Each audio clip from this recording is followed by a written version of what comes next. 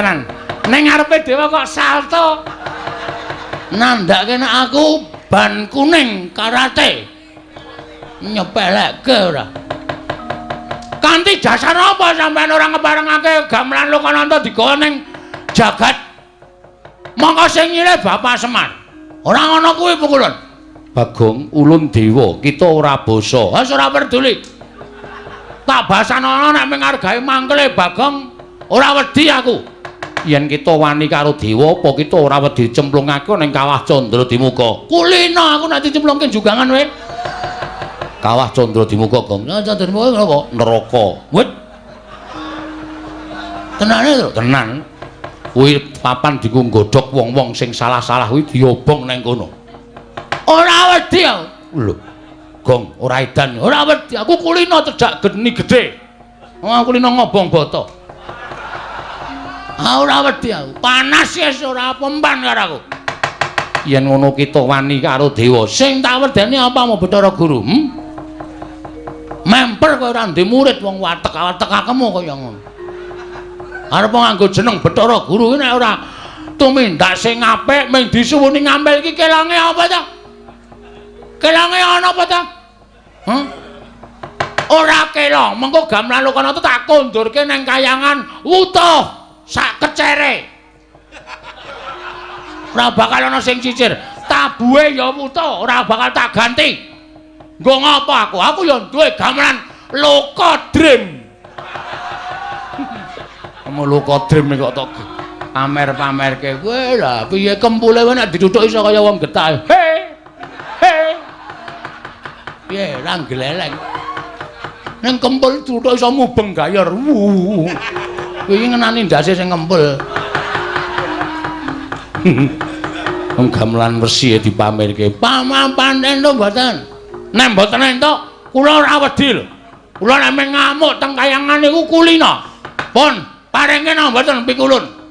Tetep ora ulun paringake. Kepiye? Wah, Di, aku aturi anget lho, Di. Bagong sampun ngantos mengaten menika mbok sampun ngantos panjenengan menika damel kayangan menika geger. Nek kayangan geger mung diamuk Bagong rak saru dipun presani dening para titah wonten ing jagat. Kepiye? Balen ana pisan, Kas. Sampeyan muni piye? Bagong gamelan Lokananta ora tak paringake. Kula saking mriki mencolot mriku menggunakan kekuatan tendangan tanpa bayangan. Sampeyan kena mesti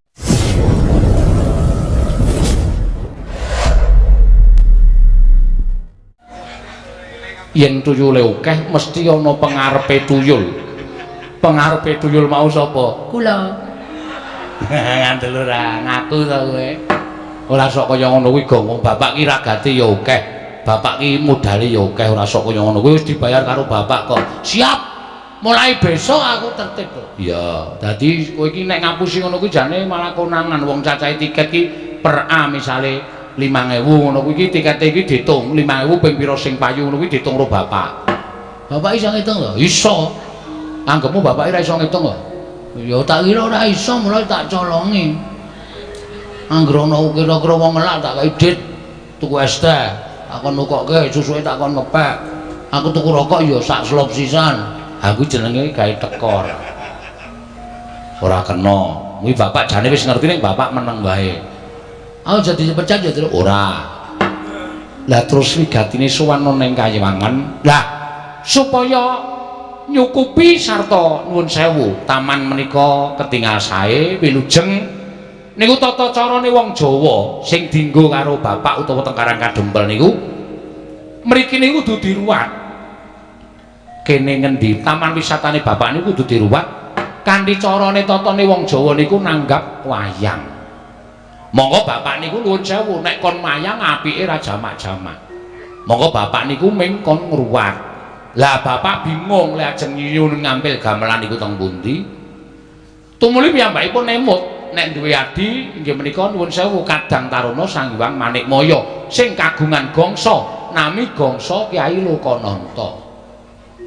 Jane nggih bapak niku pun kula pringgake wong bapak lumayan rate apike gamelane wesi wae. Kok wong mayang rung karo anape kok gamelane dadak saka kayangan kok nek nganti penontone gelo.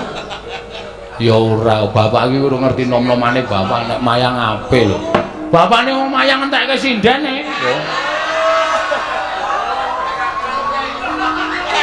Jiane dan tenan kok.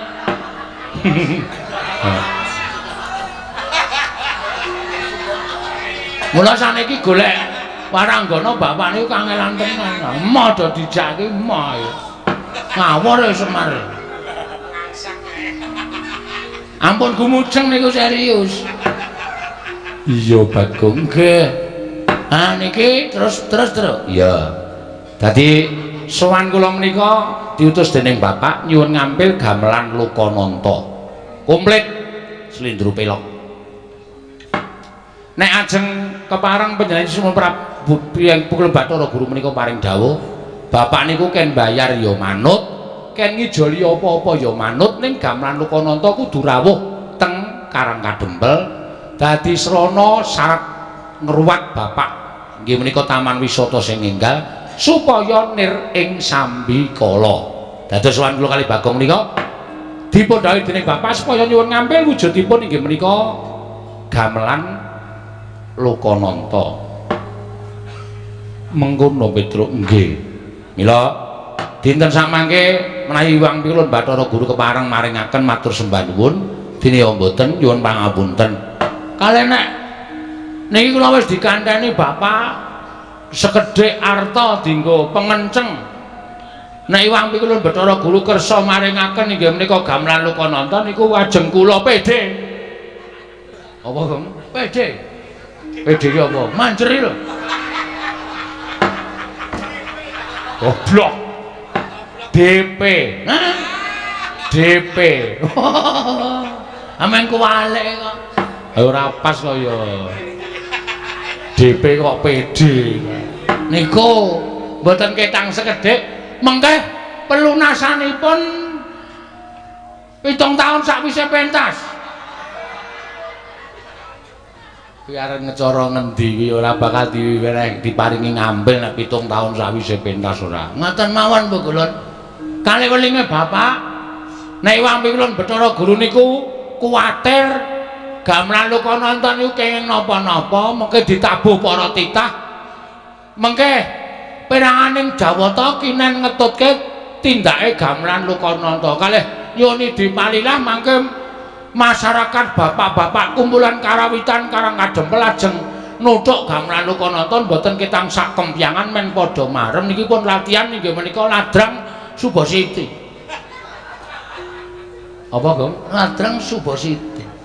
Subakastawa, Subasiti Kastawa. Jenenge digabung-gabung ora apik. Nek diparengke dene mboten nggih mboten napa-napa. Kakang Narada. Menawi kados pundi Kakang ketingalipun namung sepele ning tumrap kula kok dadi gawe. Adi, nyuwun pangapunten. Kakang Semar menika Kakang Ismaya, menika Kadang Paduka Werda. Mila menawi wonten bot repotipun Kakang Semar menika meskipun Adi Prabu Bathara Guru sampun ngantos panjenengan menika awal maringaken ngampil gamelan Lokananta badhe kaboyong wonten ing Karang Kadempel. Malah tumrap kula menika satunggiling pakurmatan tumraping Adi Pramesti Bathara Guru. Ing atasipun paduka menika Kadang tinemu taruna nanging tasihipun penggalih dening Kadang Timur Werda inggih menika Kakang Ismaya. Leres ngendikanipun Bagong, menawi kuwatir wonten menapa-menapa tindake gamelan Lokananta menika dipun tutaken para Jawata. Indra ingkang kadhawan supados ketutaken sak kanca rawangipun para dewa ketutaken lampahing gamelan Lokananta. Waton sampun ngantos dados tutawi damel murkanipun Kakang Semar. Menawi ngantos paduka Adi Pramesti Bathara Guru menika mboten maringaken gamelan Lokananta, mesti kemawon Petruk wangsul wadul kalian bapakipun. Nek nganti Petruk bali wadul karo Semar, dalah Semar ngamuk teng kayangan Warataya. Sapa sing arep wani karo Semar Badranaya? Saya nek pun ngubal-ubal pusakane wujud entut. Wah, menika wah bebayane. Leres Bu Kulun kula wingi bar opname 7 dina. Mergane dintuti Semar. Setan ta. Lho, karo bapakne kok senengane ngono kuwi. Pas cangkeme. Kon mijeti nggon sikil ki muni iki lho nggon bokong iki kok kaya linu-linu. Tak demek nggon bokong ki metu matut ngono. Pas banget lho, langsung raiku biru. Kowe ora nilai to? Ora. Kowe iki cen setan kok. Kowe iki sedulur ning mungsa. Ha kowe iki wis bola-bali ngapusi lara wingi lara ngapusi tak tileki tak nei dituke tak golek tukoke jeruk ya rong dina mari. Ana kuwi teknik tak nggo golek dhuwit. Wo, edian ora. Pancen aku edan. Ngaten Kakang. Nggih. Nah ngantos Semar menika mangke murka. Hal tapi sinten iki badhe wantun kalian Semar. Nanging tumrap kula menapa dipun ngendikaken Kakang Semar lumantar Petruk menika sampun nerak pacak nerajang perbatang. Nerak pacak nerajang perbatang perkawis menapa?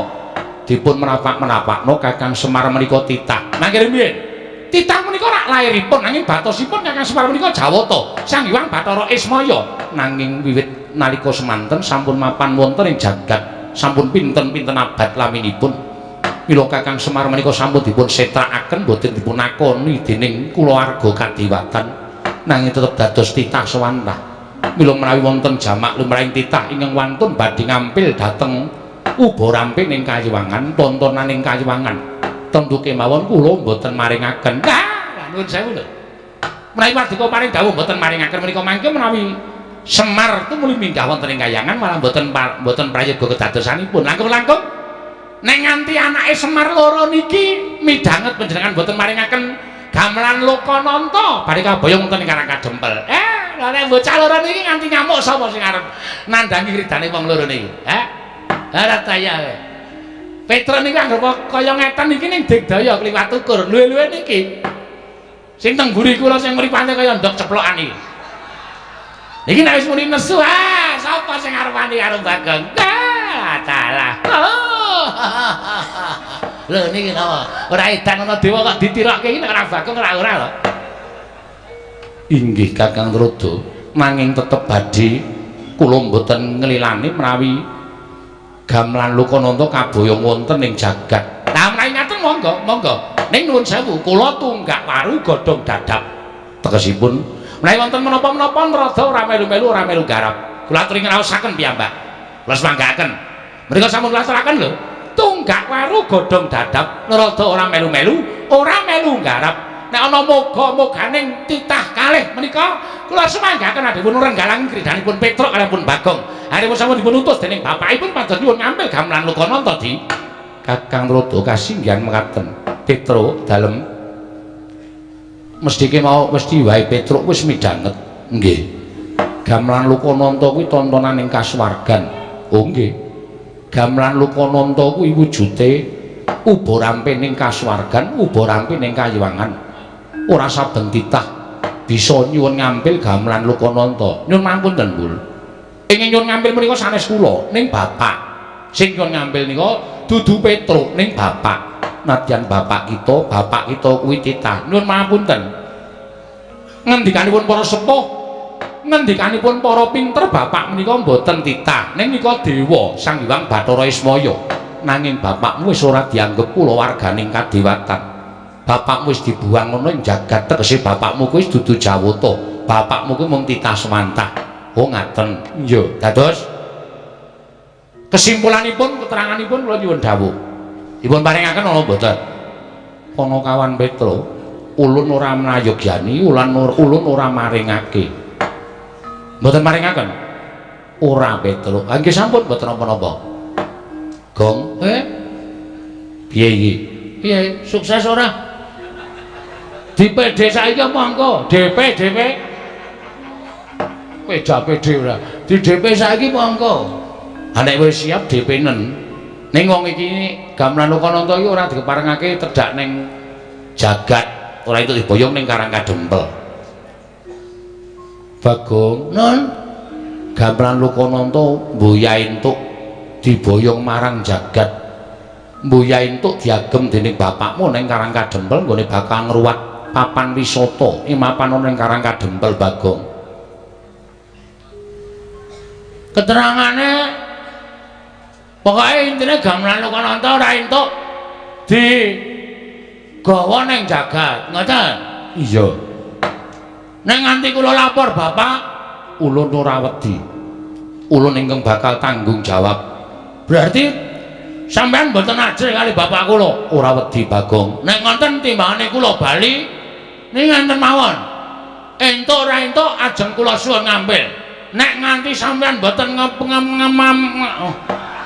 biar mengentukaken maringaken gamelan Lokananta kula boyong wonten ing alam donya ora ujan ora kaul noyah-nayah Baskara titi mangsa Bagong mboten ajeng wangsul nadyan Bagong dikon wangsul kula ora arep gelem nek perlu kula kudu tanding kali dewa-dewa sing do tata tirik-tirik teng mriki kula ora wedi pikulan.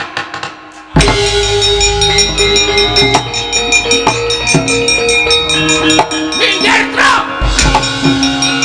Wis biasa iki.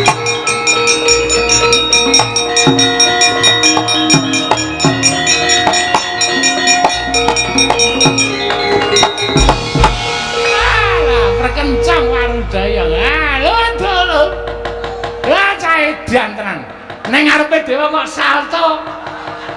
Nandake nek aku ban kuning karate nyepelekke ora kanthi dasar apa sampean ora ngeparengake gamelan Lokananta digawa ning jagat mongko sing nyilih Bapak Semar ora ngono kuwi pukulun Bagong ulun dewa kita ora basa wis ora peduli tak basana nek ngargai mangkele Bagong ora wedi aku yen kita wani karo dewa apa kita ora wedi cemplungake ning kawah Candra Dimuka kulina aku nek dicemplungke jugangan wae kawah Candra Dimuka kok Candra Dimuka kok neraka wit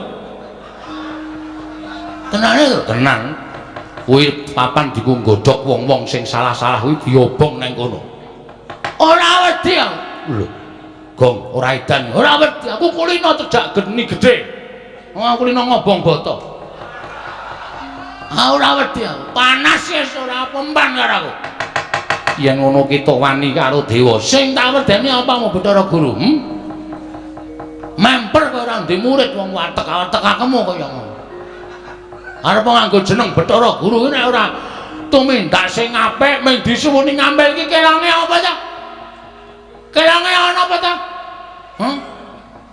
ora kela mengko gamelan Lokananta tak kondurke ning kayangan utuh sak kecere ora bakal ana sing cicir tabuhe ya puto ora bakal tak ganti nggo ngopo aku ya duwe gamelan Lokodrim kamu Lokodrim kok tok pamer-pamerke kowe lha piye kempule kowe nek dituthuk iso kaya wong getah he piye ra glelek ning kempul tuthuk iso mubeng gayor kuwi ngenani ndase sing ngempel. Wong gamelan wesi dipamerke. Paman-panen to mboten. Nek mboten entuk kula ora wedi. Kula nek ngamuk teng kayangan niku kulina. Pun paringe nang mboten pikulun. Tetep ora ulun paringake. Kepiye? Wah, Di, aku aturi anget lho, Di. Bagong sampun ngantos mengatur menika mbok sampun ngantos bener menika damel kayangan menika geger. Nek kayangan geger wing diamuk Bagong rak saru dipun presani dening para titah wonten ing jagat. Kepiye? Bareng ana pinanggan. Sampeyan muni piye? Bagong gamelan Lokananta ora tak paringake. Kula saking mriki mencolot mriku menggunakan kekuatan tendangan tanpa bayangan. Sampeyan mesti muntah getik. Ya, Tru? Mbuh. Antel. Dewa-dewa sing ngarep do ngajak. Lho. Kowe kon dinggo kok malah ngadeg ora. Parang mboten kok ulun. Tetep ora ulun paringake. Kula hitungi 3 kejeping paningan. Nek pukulun tetep mboten maringaken, mboten wonten wiyosing pangandika paduka Hyang Adi pukulun. Maringaken gamelan Lokananta dhateng Bapak Semar kula boyong wonten ing Karang Kadempel. Nyuwun pangapunten nek kepeksa Bagong mboten gadhahi tata krama wonten ing kayangan Bathara Indra.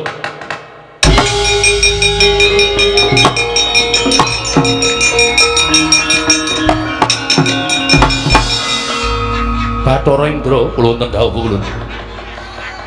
Sira ulun dawuhi menika kula ketutupan tiyang kathah sanget.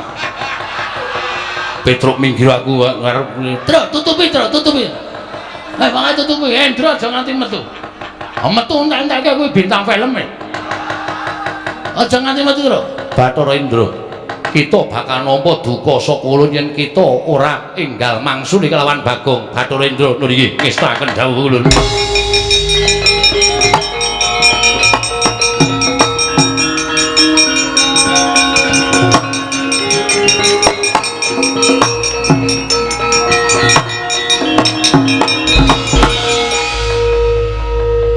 Sawae ulun Bathara Indra weluh edian ulun putra nomor 4 Iwang Pikulun Manikmaya Atmaja ingkang angka catur. Anake Bathara Guru ki pira? Akeh Bagong. Sapa wae sing mbarep sapa? Ulun dhewe mboya apal. Aku dene apal kowe anake Bathara Guru nomor 4 kok karo mbarepe kok ora apal. Ulun ora ngerti. Iki piye kok malah do cacah jiwa iki piye iki? Wong arep tantang-tantangan kok malah takon barepe sapa ragile sapa barepe sapa ya ben barepe wis nyambut gawe ragile urung nyambut gawe ngono wae sampung. Bagong kok dituruti ora. Ngopo sampean? Ulun ora nrimakake. Ora nrimakake perkara apa? Perkara kita nggone swani kaliyan panjenengan Iwang Pikulun Bathara Guru. Bagong bali apa ora? Ora. Kita bali ning jagat apa ora? Taunana windanana nek gamelan Lokananta ora mudhun ana ing ngalam donya ning ngarang kadempel aku ora arep tekan dindi. Tegese kita wani karo panjenengan ulun. Apamu sing tak wedeni? Ayo metu nang repat kepanasan tak bondo tanganmu tak rangket sikilmu. Tak lebokake ning kawah Candra Dimuka. Oke dikur aku wedi wong karo kowe. Apa dikur aku wedi karo kowe? Truk Bathara Indra tandangi. Aku sing nandangi Bathara Guru. Yo manut wae.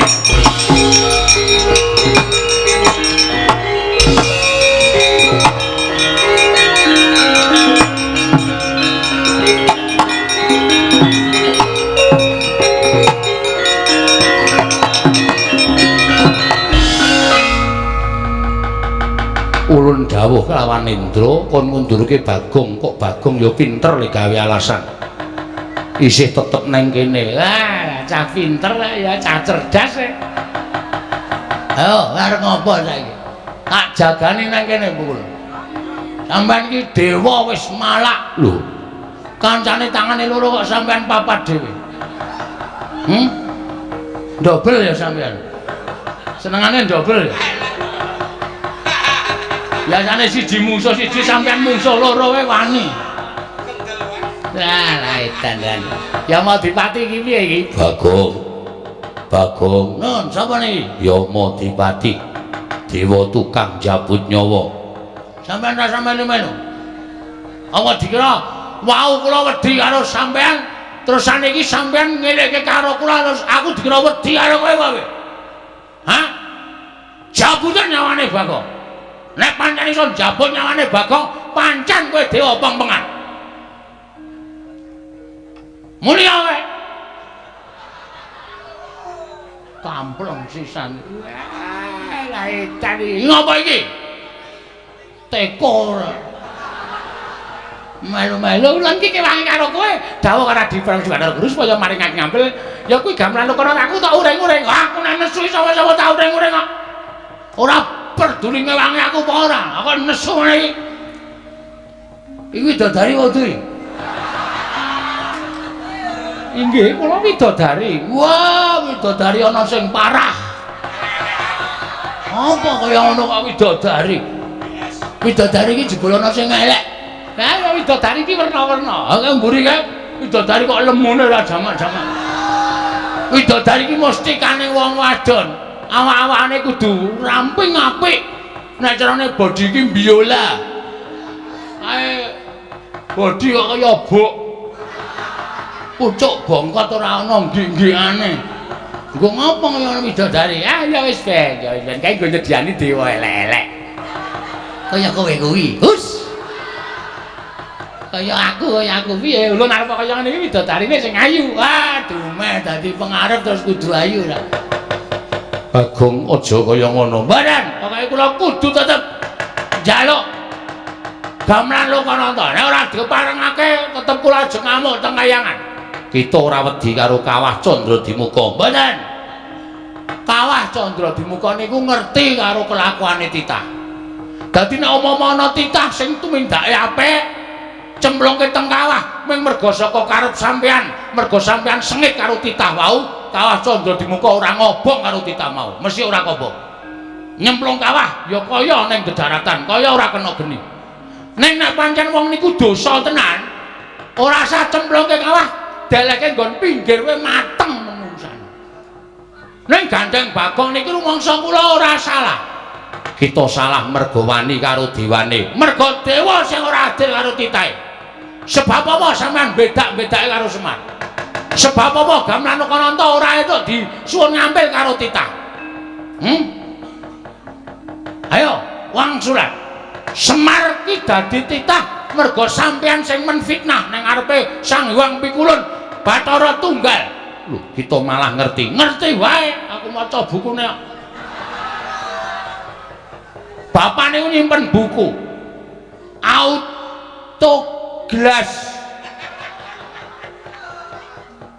autobiografi Semar Badranaya. Saka sejarah pertama niku sampean laire ndok, ngerti ora? Sampean niku sing ragil dhewe dumadi saka kuningane ndok. Padha karo kula. Kula niki ya dumadi saka kuningan, mula dados kuningane Semar. Ya jijiki ya iki. Wong arek teng Cirebon sak penake dhewe. Ayo. Putihane dadi Semar, kulite dadi Tommy. Togok. Tommy joget. Kulite dadi Togok. Telu-telune anake Sang Hyang Bathara Tunggal. Merga nalika semono Sang Hyang Tejamaya karo Ismaya nedeng gladen peperangan, terus sampean wadul karo bapak sampean. Sang Hyang Bathara Tunggal, Kakang Tejamaya karo Kakang Ismaya do gelut kepengin dadi dewaning para dewa. Sang Hyang Tunggal duka. Eyang Sang Hyang Bathara Tunggal. Kita kok nyebut eyang. Lho, aku anake Semar. Semar anake Bathara Tunggal. Bathara Tunggal ki Mbah Kakung. Dadi aku iso nyejarahke, kula iso nyejarahke. Sang Hyang Tunggal murka. Kok dadi kaya ngono pakartine Tejamaya karo Ismaya. Diperpeki wong loro niku, Semar kalih Togok. Ning jaman semono jenenge Tebok Maya karo Ismaya. Iya. Terus dikon mangan pagring Gunung Pagring Jagat sisih kulon karo Gunung Pagring Jagat sisih wetan. Togok berusaha mangan nganti cangkeme diambak-ambakke suwek. Semar niku duwe ego vertikal, gunung diserot, mula wetenge kebuak brongkalan niku. Nek arep nggo uruk mang bedel wetenge Semar. Terus do didukke ning kayangan. Kowe leha-leha dadi dewaning para dewa. Semar ngrekoso ning jagat ning kepengin nyuwun ngambil gamelan. Ora entuk iki terus saiki keadilanmu menyang endi Pukulun? Keadilanmu menyang endi? Sampeyan ora tresna karo sedulur, sampeyan ora tresna karo sedulur sing mangsia-sia urip ning jagat. Ming disini gamelane kok ora entuk. Wong kok le malak men kok. Ya Madipati, ajar kowe. Macem-macem. Aku rong tutup lek koja. Inggih. Ngono. Lho ya Madipati. Aduh Pukulun kula malah tratapan. Kowe jajal njabut nyawaku. Aku isih urip kok jabut untumu modal. Ompong kabeh kowe. Ya ngati-ati lho ya Madipati, ngati-ati. Sembrono tenan. Kok tekan semono kok mung ngitung kowe.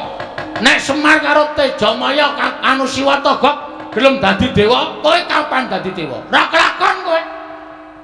Ora kelakon ana Sang Hyang anu Manikmaya, catur bojo. Nilakanta. Ora ngajar to karo dewa kok ngunekke sak pinake dhewe. Sang Hyang Purwacarita, Purwareja, Purwakerta. Ora ana. Rumangsane ora. Ning kok saiki bareng dadi dewa sombongmu minta ampun. Kemewat kaya ngregem jimat. Awa dikira titah kaya Bagong rawani gawe kisra kayangan. Tak enteni telung kedheping paninga, kowe ra menehke gamelan Lokananta, aku ngising sanggon-gon.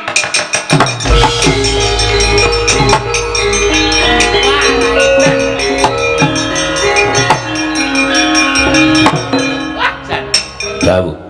Nyuwun pamit madal pasilan sing ati-ati aja kaya bocah cilik. Kakang Narada, premi sampun paripurna pasewakan penyarian kula wonten timbalan Bukulun.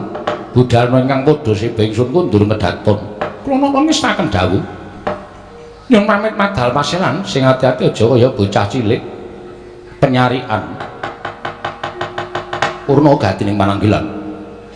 Sang Hyang Bukulun, Sang Hyang Bathara Guru, sigra mandhap saking sila kandha warubinangun. Katampi gambaran bungkul kencana. Kayap sangganing para widodara widodari, para jawata hapsara hapsari. Nalika semanten tindaknya Sang Hyang Manikmaya lamun katinun saking Mandrawa kaya tansah sesanti kamulyane. Petra kanthong bolong. Pukulun Sang Hyang Bathara Indra. Kowe titah ing Nyulawetha wani nantang karo Bathara Dewa. Wani gawe geger kayangan Suralaya. Apa wis serep nyawamu? Nyuwun pangapunten. Tinimbangane kula wangsul didukani kalih bapak. Bapak namung pengin nyuwun ngambil gamelan Lokananta. Ewa dene para dewa kok mboten maringaken. Lah niki kula sing ngrupang ngrasake nek para dewa niku mboten adil. Pun kula sejarahke. Bagong wis nyejarahke ta, Gong. Dumadine bapak, dumadine Siwa Teja Mantri, dumadosipun Pukulun Sang Hyang Manikmaya. Tak kira mboten luput napa sing kula aturake Pukulun Sang Hyang Bathara Guru. Ning tetep mboten maringaken wujuding gamelan Lokananta. Nyuwun pangapunten.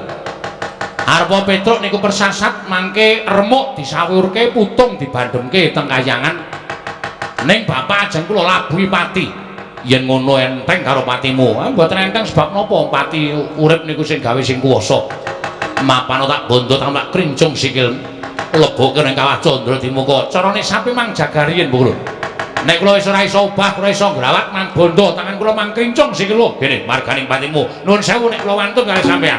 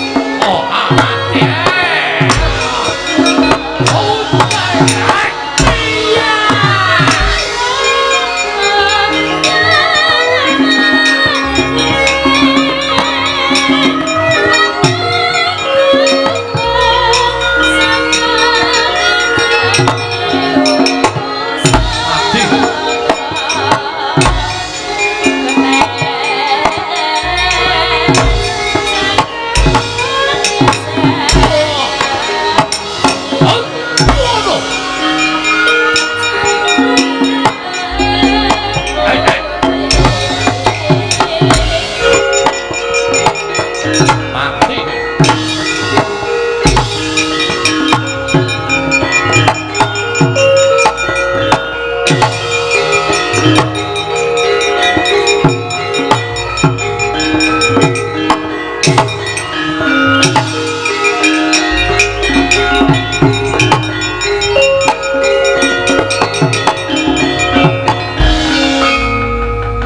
kok. Hah? Mati aku. Kaya kena jemparing dadaku kok. Kekuatanku ilang kabeh ya kok. Aku iso omong ngene iki ning ngobahke jenthik wae ra iso. Aku ya ae. Semuk dadi lemes kabeh ngene iki. Kowe nggo obat kuat ora nggowo. Men iso obah. Obah wae aku seneng lho jane. Ayo sambato. Kena daya kekuatan pusaka kaendran ora lumpuh aja tundang Bathara Indra Petruk. Lah sampean sombong. Sampean umuk. Ayo nek wani tangan kosong. Truk. Awar madhep rono angil. Otot bebayu kaya ilang kabeh iki piye iki? Mengkari mata-mata sing ketap-ketip. Wah cilaka ya aku ya ngono iki. Wah wis mati iki cemplungke kawah Candra di muka. Ora sawedi karo mati le. Nek perlu awak dhewe mbelani bapak tekaning pati, awak dhewe nyemplung kawah. Nek pancen awak dhewe engko petungane karo sing gawe urip ki ora salah. Kawah Candra di muka ora mempan mobong karo awake dhewe.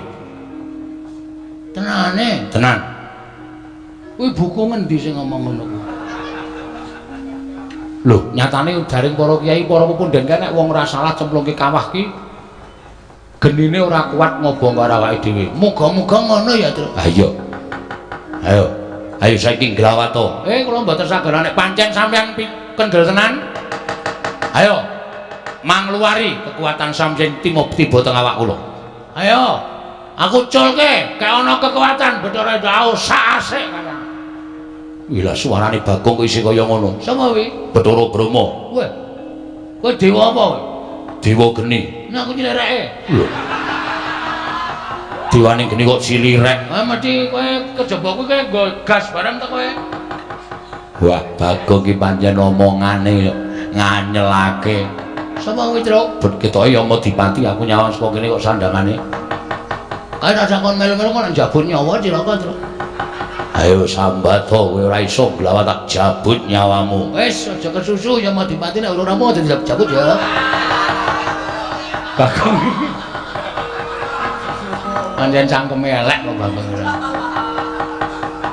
Wis kowe ora iso glawat tak bondo tak nak krincung sikilmu. Kowe tak bondo tak aturake wang pikulun Bathara Guru nampa pidana Petruk pun kula saniki wis ora iso apa-apa. Manapake ora apa-apa. Truk. Kirim SMS karo Seman. Lho. Tanganku ora iso obah lho kok. HP iki ning ngesak ning ora iso obah. Nek iso aku kirim SMS karo bapak, Pak, aku tulungono bapakmu sing munggah kayangan ngamuk. Piye ya carane iki? Ha wis sakdi pasrah wae iki ora iso piye-piye iki. Wah cilaka tenan iki. Mati tenan awake dhewe. Ora usah nangis, ora usah nangis. Ora usah nangis dasmu. Anakku cilik-cilik. Anakku sing cilik dhewe iki lucu itu. Iki aku ngerti kaya ngene iki aku ora melu. Mbura. Ora setu. Waduh. Mulek-mulek ya. Buyer. Oh, lantute kok turun bapakne. Ayo, kampungmu kapan nih? Waduh. Dirangket wis ora wae. Kowe wae sing ngrangket Bathara Indra. Kon ngrangket Bagong kok ora gelem. Kok kaya tembakan lho. Iki keistimewa aku nang kene iki. Iki termasuk pusakaku e. Ngampet ambegan Bagong diboyong ngarepe wangsul Bathara.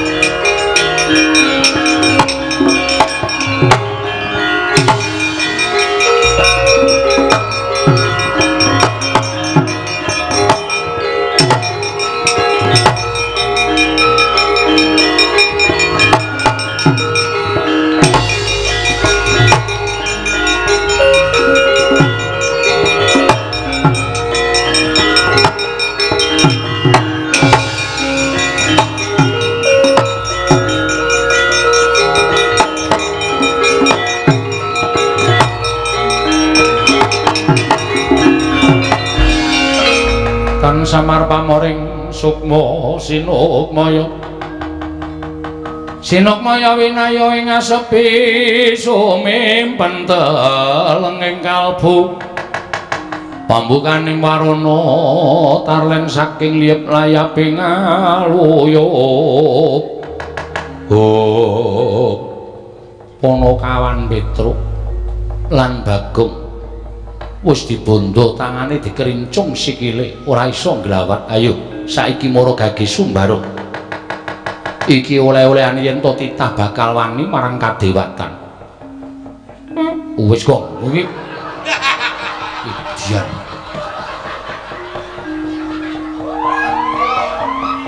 Bathara Indra wonten dawuh kula kok ora mbok plothot wetenge ing atasu ning Bali Marti Kundha manik asem aku mampu dhewe terus mumet aku salah ora edan kok kowe iki ora wis pokoke mumpung arep mati tak entek-entekke ndak engko malah dadi sangu malah ora prayoga kita bakal ulun cemplungke ning kawah Candra Dimuka mboten wedi kula mboten ajri mang cemplungke teng kawah cemplungke saiki nyakit licik kowe Bathara Guru nek pancen wani ayo aku balekno kekuatanmu kaya mau oblak-ablik tenan kaya ora wedi lho Bathara Brahma Bathara Indra Bathara Yama Dipati ora wedi kabeh aku ning caramu ora kaya ngene iki lho Gong ora kuat heru kok oh tak kira nek Bathara Guru ayo balekno kekuatanku nek pancen kowe wani balekno ora wedi karo sapa-sapa aku ngadhau aja nganti digawe macak kowe terus arep dipacak ora kuwi basa Jawa iki Ponokawan sakarone iki cemplungno ning kawah Candra Dimuka wis to meneng santai piye mati tenan iki pokoke pasrah ikhlas karo pasrah oh alah ra mulih tenan iki aku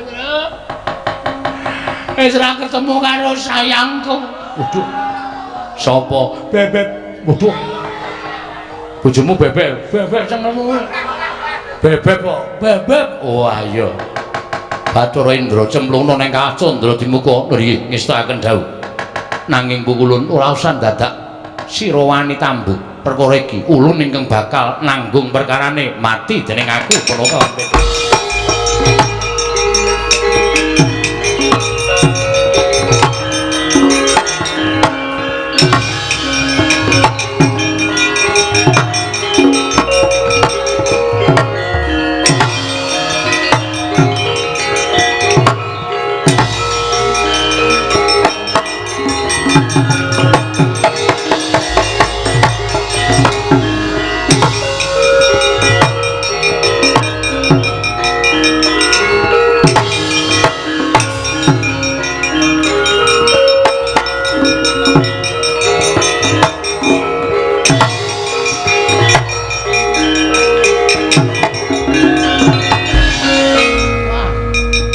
iki jarake adohe panase kaya ngene santai malah awak dhewe ora ngrasake lara kok buk mati jare nek ora salah ora buk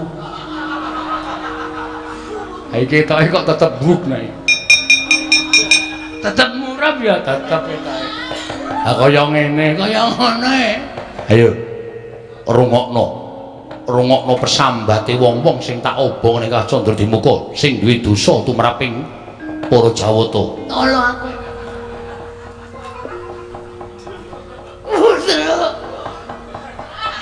Petruk. Bareng kobong kok rambutmu mabuk. Kok pindhole mabuk. Ayo Sambata Bapa Ngakasa Ibu Mertiwi kowe bakal tekaning pati cemplungke kawah sik rasa tak cemplungke mo Brahma Petruk wis kebacut tak cemplungke aku rasa tak cemplungke Aku tak nyemplung dhewe. Nyemplung kok. Tulung kula terus katroku. Kok dadak masa nyemplung telesan. Kuwi geni kok telesan. Wes, jalo pamit. Truk tak tututi, Truk.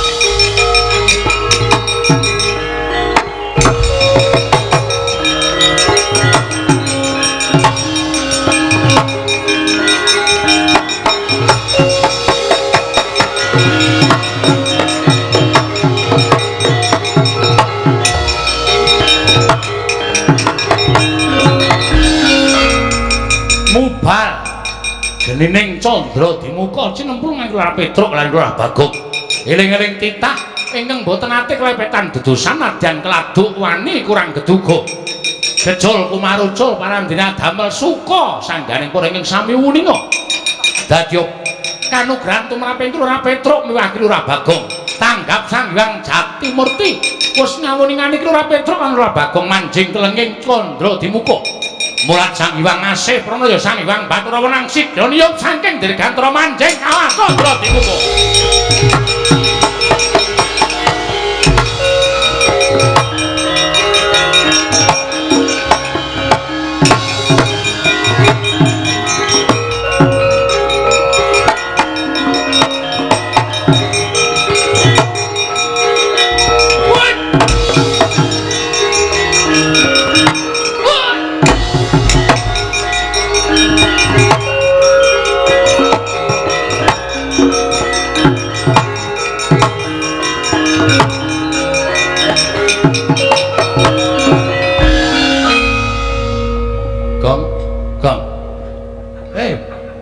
Wis mateng kok.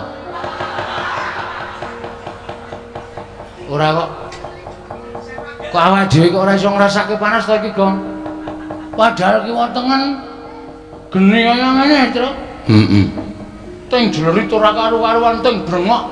Nyawa disiksa pirang-pirang. Tanganmu iso obah ora, Le? Iso. Coba ngadeg kok. Wah, gene kok iso ngadeg. Malah waras e. Ayo. Wah, ayo ngendi-endi geni. Ayo iki sing jeneng Kawah Candra Dimuka. Wih, diantro. Kan ana wong dikethoki late bola-bali kok. Kae wong gaweane goroh. Ngapusi. Berarti aku sok ngono kae ya, Truk. Aku sok goroh ra. Medeni tenan. Kae wong kok sirahe dipalu. Pecah. Gathuk meneh, palu pecah gathuk meneh. Kae wong sing pikirane wong pinter ning dienggo pinteri wong liya. Udah ana wong matane dicubles paku sok ae, Cuk. Gane wong injen. Aduh. Ngopo kok aduh? Aku kulinae. Ha kuwi karepmu kowe. Aseme bojomu barang tak injen kok. Kok warna-warna ya basiksane ya, Truk. Kaya ana sing di slamet wetenge mangan barang haram. Oh, mangan iwak-iwakan sing ora entuk dipangan kuwi, dipangan iki wetenge disumeti kaya ngono kae. Wedan. Oh, kaya ana bokonge disodok. Disogok nganggo apa jenenge iki? Apa jenenge wesi kae, Truk. Kae gaene ngentut sak nggon-nggon. Awakno kabeh ya. Berarti pasek sangku medeni ya, Truk. Oh, medeni. Mripate dicoblos, ta wis sok nginjeni ya. Sok goroh lambene ketok ilate. Wah, nyemelangi ya. Ning ya ana sing kae diobong murub malah guyu cekakaan. Diobong murub guyu cekakaan. Kae saking dosane ora iso di ngapura nganti dadi penghuni neraka. Dadi jim, dadi setan. Ae serang ngrasake lara kae kaya ngono kae. Mergo saking jahate. Ketoke kowe prek. Duapure ora. Aku ora ngopo-ngopo. Sing kono kok ketok ya.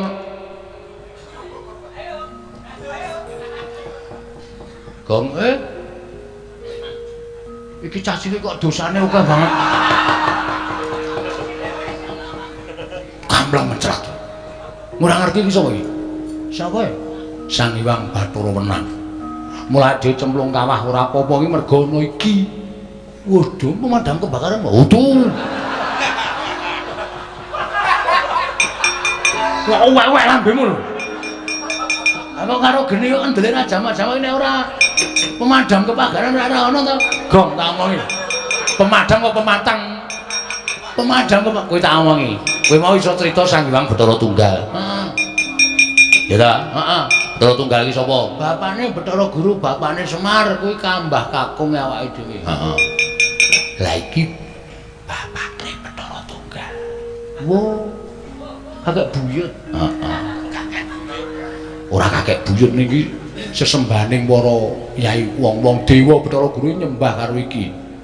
Kok cilik to? Ha wis ben. Cah SD kok pintere ra jamak-jamak.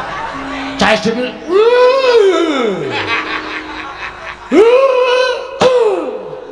ngapa ya, Trek? Jengkel karo aku. Kowe meneng rasa cerewet, aku tak matur. Oke. Wong guru nyambung aku tak sikut cangkemmu kowe. Meneng. Radong meneng ndak engko adek kualat. Ya. Bekti kula Bu Kulun. Iya. Petruk ndak tampa, pangestu ulun tampanono. Dadi wiraswara akeh.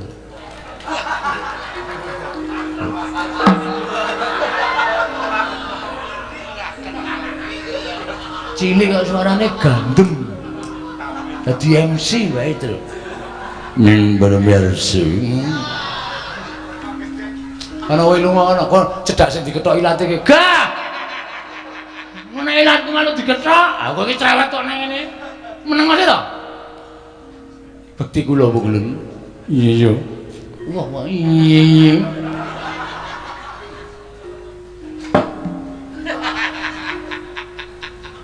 Petro dalem Bu Kulun marmane kita ora ngrasake panas mergo saka jeneng kita matur sembah nuwun tanpa pepindhan nanging sadurunge kita ayo ulun entasake saka ing kawah Candra Dimuka kita ulun kanthi ana ing Ngundaran Tirbawana Petruk sakmenika iya Petruk ha nggih derek mawon ing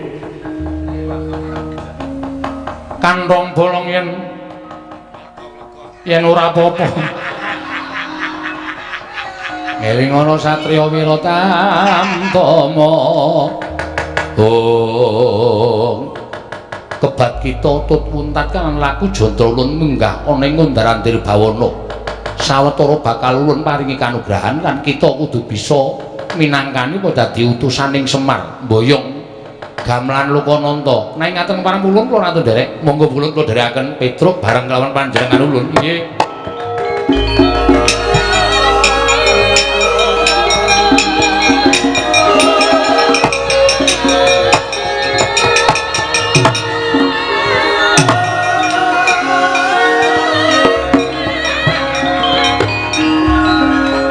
bajigur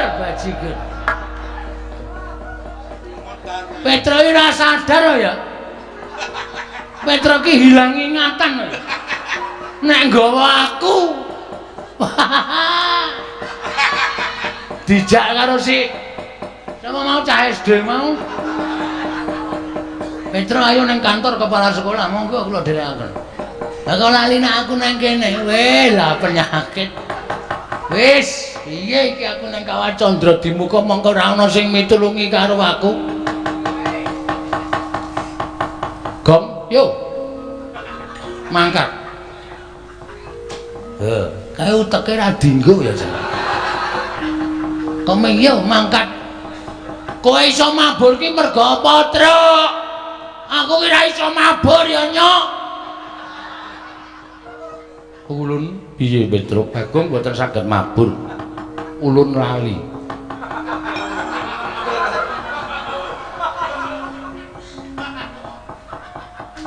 Kae ngopo cacile kok ngambung bathuk barang.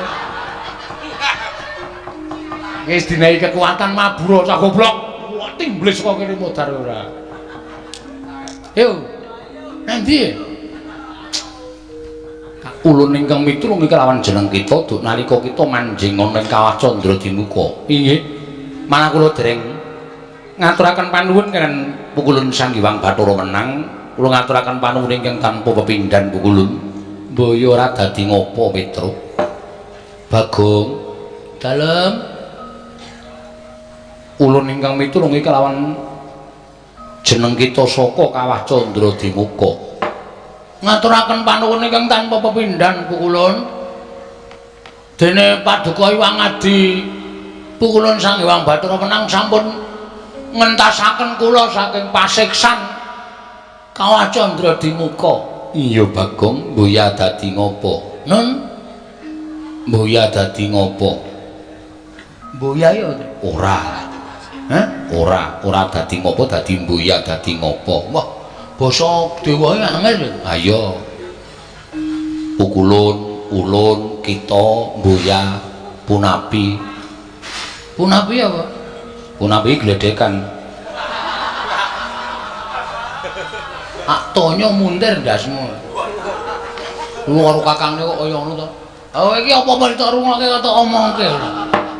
Punapi iki apa? Punapi iki apa? Mbuya dadi ngopo? Mbuya dadi punapi. Ngono. Oh nggih. Bagong, dalem punapi. Lho. Pukulun, pukulun karangku wolak-walik. Anane kita lawan Petruk ulun tulungi. Sarta ulun papanake ana ing Ngundarandir Bawana.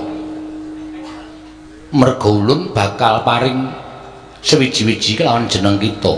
Lho Truk dina iwine. Kuwi ditandur nang dasmu iki kok. Truk iki kayangan cangkeme sing ambil lho. Ah soalé kowe iki ngeyel, goblok tur ngeyel ora. Asik. Ya ora asik ngopo? Kok ngerti ndur asik kuwi? Ora widodari pikantuk bakmi. Ah iya. Ora masalah, berarti gledekan mburi mau terus. Heeh. Grung-grung. Nanti metu pecungul. Piring. Heeh. Bagong, dalem kita aja sembrono. Yen nganti kita sembrono nyawang kang ora-ora, kayangan Ngundarandir Bawana kuwi kebak walat. Apa kita kepengin wuta? Ampun. Punapi? Pukulun. Lo namung mboten sengaja pukulun. Iya Bagong Petro wonten dawuh pukulun. Ulun Jarwani. Jarwani sapa? Jarwanto, Jarwani, Jarmiyem. Ploterae kathok. Aja. Jarwani ku ulun kandhani kok Jarwani kok kulawarga ora. Angel tenan aku ora paham nangkap kata-katane pukulun Sang Hyang Bathara Menang. Merga ulun Darbi Wahyu. Oh. Wahyu pukulun? Iya. Kang aran Wahyu Pamong Praja. Oh, Satpol PP terus. Ya Wahyu Pamong Sejati. Oh, Pamong Sejati. Iya. Sapa to ingkang wajib nampa kejaba mung jeneng kita apa ana kawan Petruk? Merga ing antaraning Garing Petruk lan Bagong kuwi ingkang sayekti dadi Pamong Sejati mau mung Petruk kelawan Semar. Ngrungokke ra kowe. Aku jaluke Wahyu to. Bagong yen kepengin Wahyu iki isih ana sisa siji. Wahyu ingkang urung ditampa dening titahe ya kuwi Wahyu Nelongso Utama. Niku kekuatane menapa, Lun? Yen kita nampa Wahyu Nelongso Utama sakjroning saksuwining urip kita bakal urip nelongso kanthi ora ana pedhote. Pun mboten kedurungan wahyu mboten patheken. Mane entuk wahyu nelongso utama mbok ya wis. Sawise kita nampa wujuding Wahyu Pamong Petro, mengko kita ingkang kudu ngapokake Bathara Guru. Saranipun nyatanipun kula menika kawon lan para dewa. Nek mboten panjenengan bantu kula tangel ampun iso gawe wiranging Bathara Guru sing pun gawe sengsara kula kalih Bagong. Ulun ingkang bakal gawe srana sing wigati kita tampa dhisik Wahyu Pamong Sejati iki pono kawan Petro. Gonjang kancing langit kelap-lapaton lir kincanging risang mawe gandrung meraih tulah mengatakan kula namung kantun derek pukulun monggo ratri maringaken mara gagi tampanono pono kawan Petro. Dewa-dewa Sukata